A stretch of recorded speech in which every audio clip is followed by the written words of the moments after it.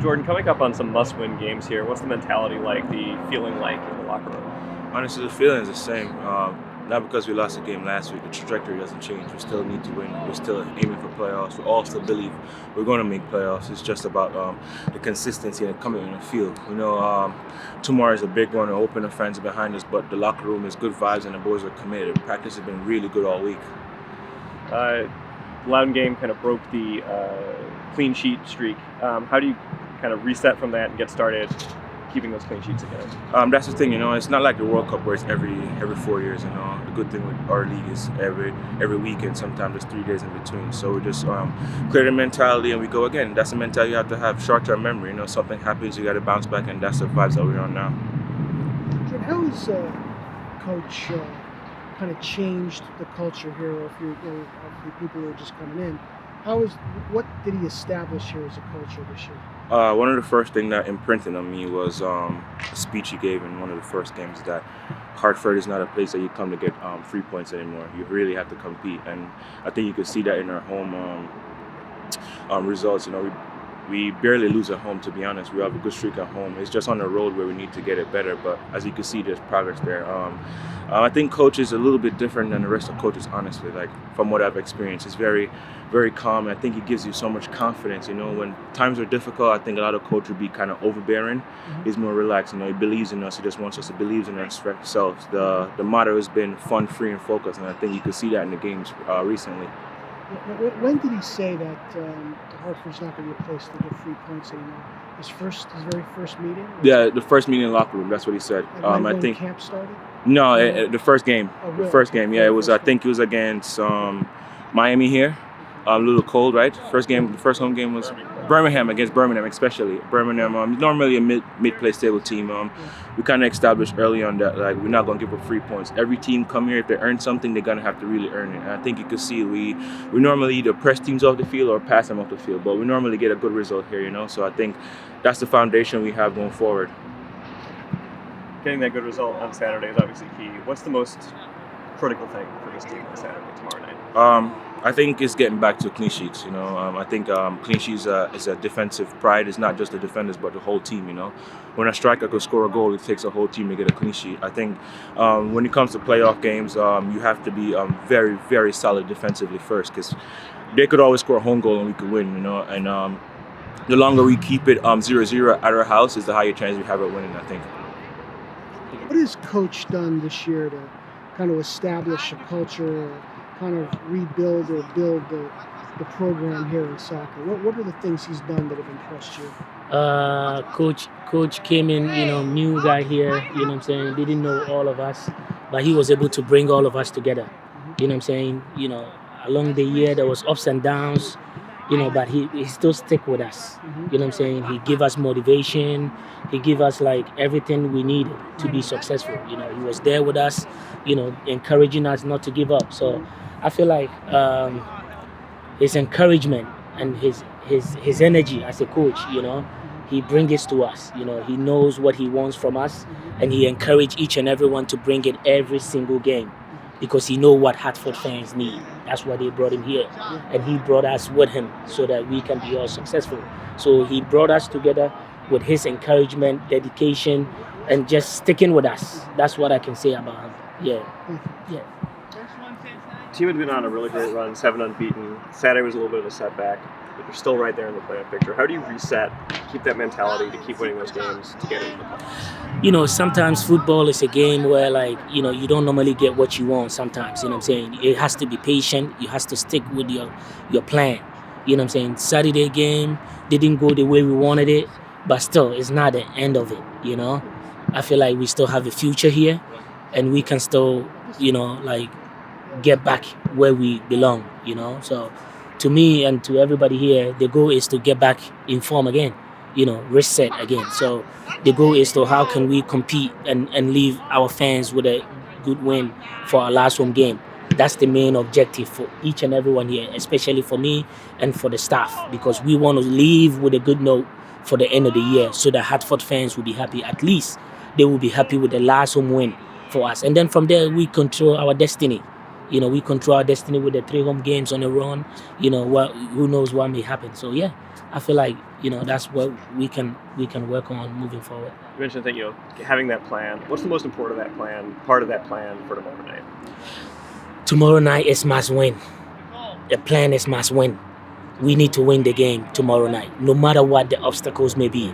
Refs, like opponent, we just have to go out there and grind things out, you know what I'm saying? And I feel like that's how we can be successful. It's a must-win game, and everybody knows that. If we don't win, we let our fans down.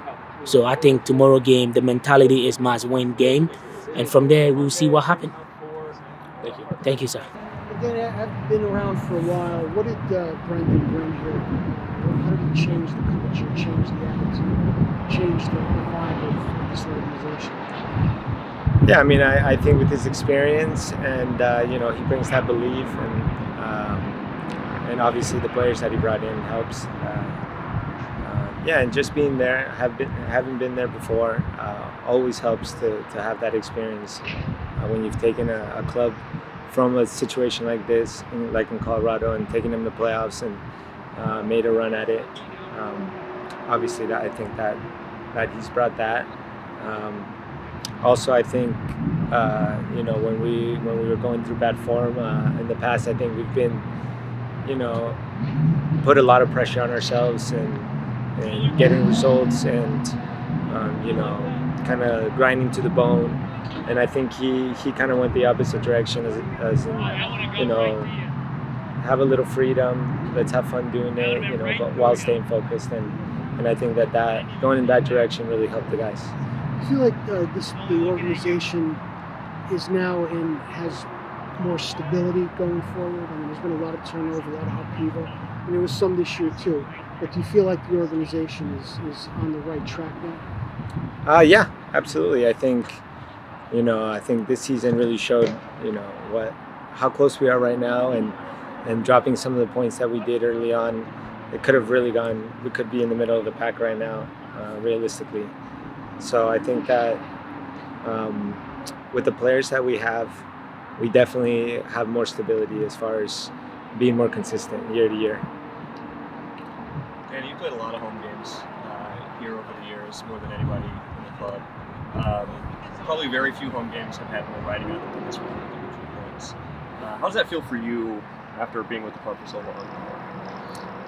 Yeah, for me, it's a privilege to play in games like this, where we have that opportunity to make a jump into a playoff position, or give ourselves an opportunity to put fate in our own hands. So for me, it's an amazing feeling.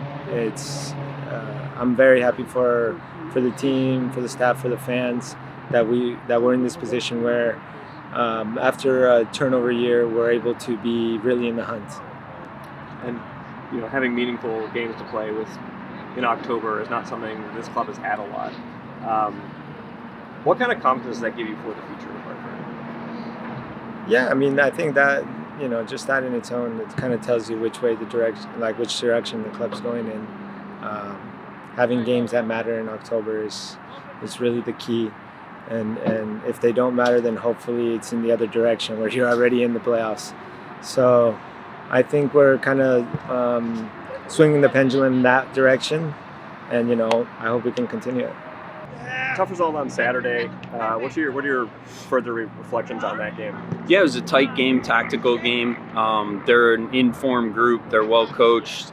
I thought we could have gotten out to the ball a little bit quicker as we watched all the phases of the game back. We needed to be a little more aggressive. We don't have the benefit of sitting back this week. We need to be just a little more urgent in the way we get out to the ball. I thought our shape was good, and we never gave anything away until the penalty that was probably going to fly out of the stadium if it didn't hit him in the hand. So it was a really tough break, especially after the penalty wasn't given on our side. That Pro confirmed for me after the fact was a penalty. We've had a lot of those breaks this year, and that's part of what we were just speaking about a minute ago. We need to change the perception of this club and be on a level playing field with everyone else, but we need to fight for that. We haven't earned that yet. We need to continue to earn that with our on-field performances, and that goes back to the urgency that we have to play with tomorrow night. Talk about that urgency. How do you balance that urgency with kind of staying relaxed, staying loose? Yeah, I think our disciplinary record has been very good. At the few times we've had guys dismissed, bar, I believe, that one incident in the Charleston game, it's always been a hard tackle or a missed time tackle, things like that. So the group in general, the players have been awesome. They're an experienced group of players for the most part, and the young ones are very intelligent. So we haven't taken any real dumb red cards or anything like that through the course of the season. I think, our style of play does tend to make the game open up a little quicker than other games. That game happened to be very, very tight and tactical. But we need to impose our will. Our style of play should always come through at home. That's our responsibility, to entertain our fans, to score goals, to, be in positions where they're up off their seats over and over again. That's I believe part of our goal and charge and playing style is to energize the building, and we can feed off that in return. You talk about energizing the building. How important is that early goal to that, or that early opportunity?